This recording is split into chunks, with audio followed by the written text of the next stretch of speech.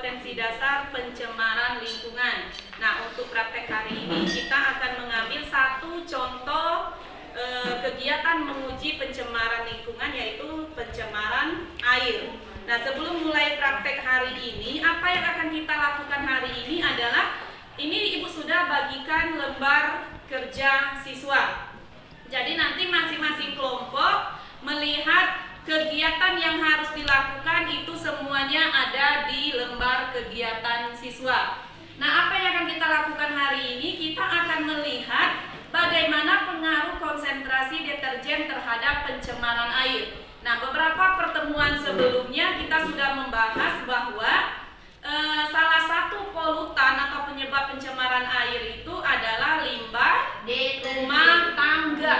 Ya, salah satu contoh limbah rumah tangga adalah deterjen. Jadi ada sampo, ada sisa pasta gigi, ya kan, ada zat kimia dalam rumah tangga. Nah, hari ini akan kita praktekkan adalah melihat apakah benar deterjen yang digunakan kita sehari-hari itu dapat menyebabkan terjadinya pencemaran air.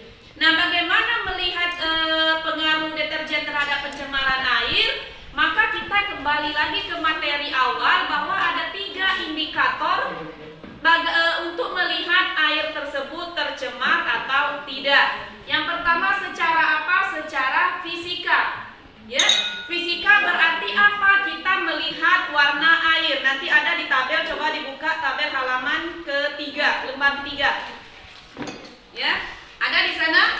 Ada, berarti nanti kita untuk indikator fisika kita akan melihat warna air. Terus yang kedua, untuk indikator kimia kita akan menguji nanti apakah di dalam larutan air nanti ada busa atau tidak. Nah, berikut yang ketiga, indikator air itu tercemar atau tidak, kita akan melihat dari makhluk hidup, karena biologi adalah makhluk hidup.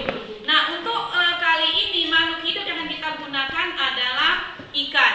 Jadi nanti kita mau lihat bagaimana pengaruh deterjen dengan konsentrasi berbeda. Konsentrasi itu apa? Jumlah. Ya, jumlah deterjen yang dibawa nanti di gelas di sini sudah disiapkan, nanti akan menghasilkan tingkat pencemaran yang berbeda.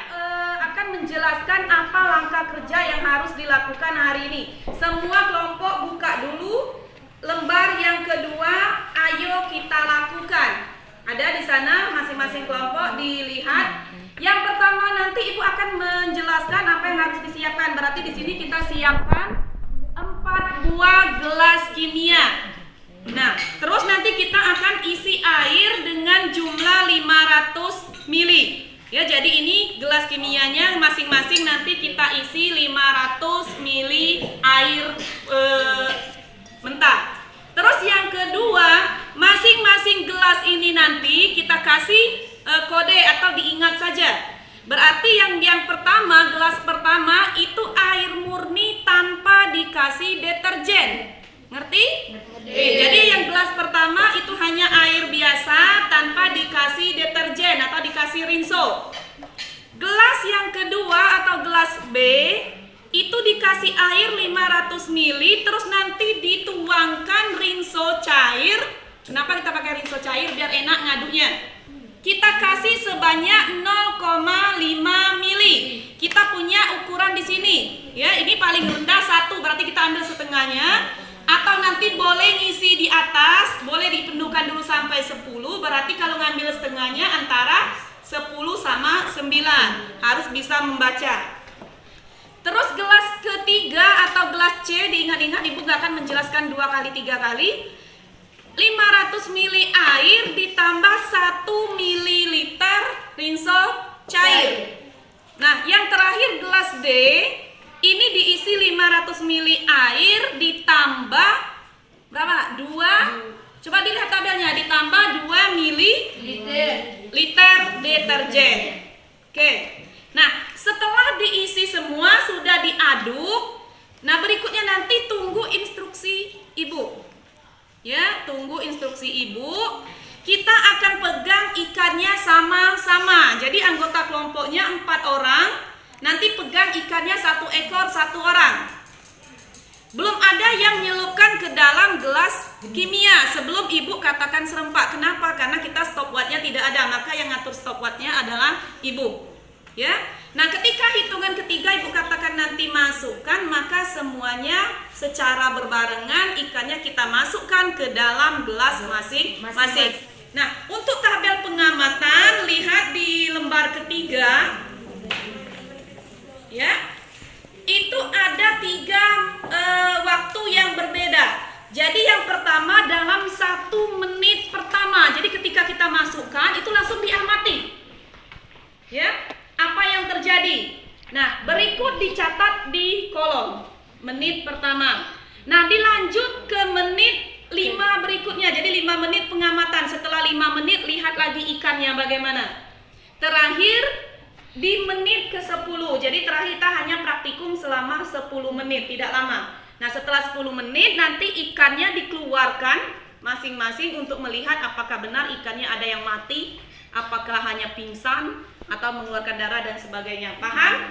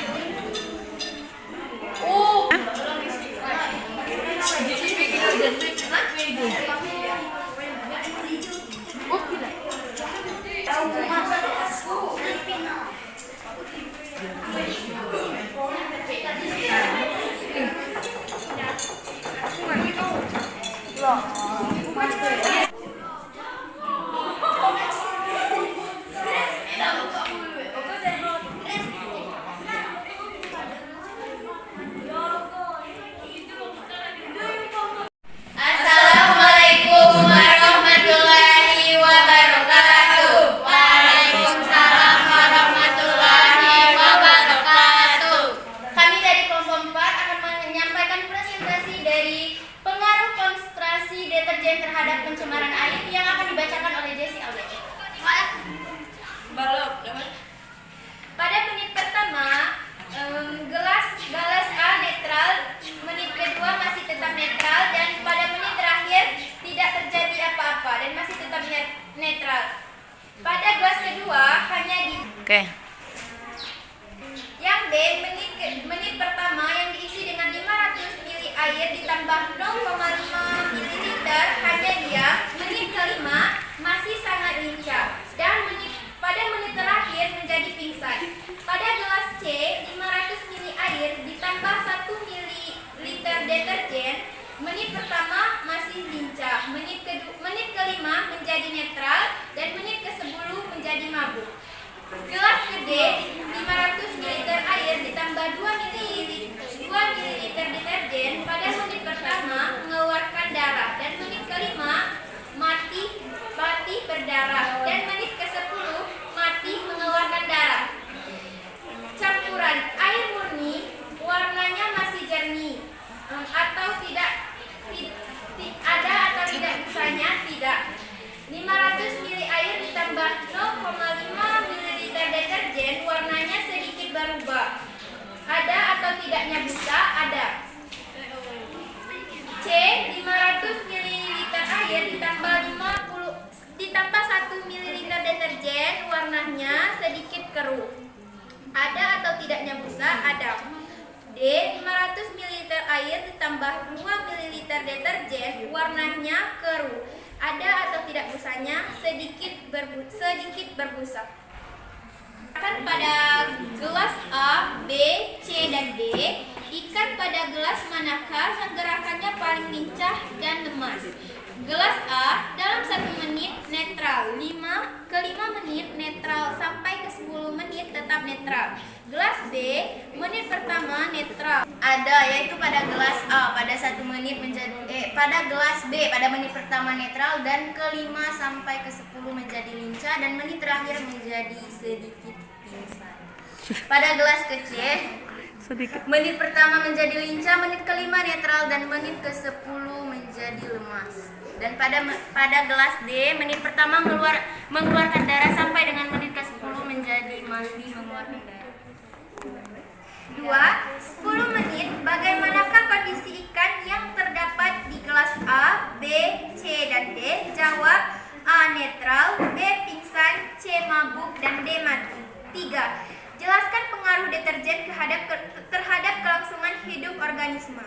Pembuangan limbah deterjen ke sungai atau sumber air dapat memengaruhi kondisi fisik dan kimia perairan dan dapat memengaruhi biota air. Baiklah kesimpulannya yang akan dibacakan oleh Mary Zahra. Kesimpulan dari pencemaran air adalah masuknya bahan pencemar ke deterjen yang berlebihan dapat mengganggu kualitas air dan kehidupan biota air yang ada di sungai yang telah tercemar.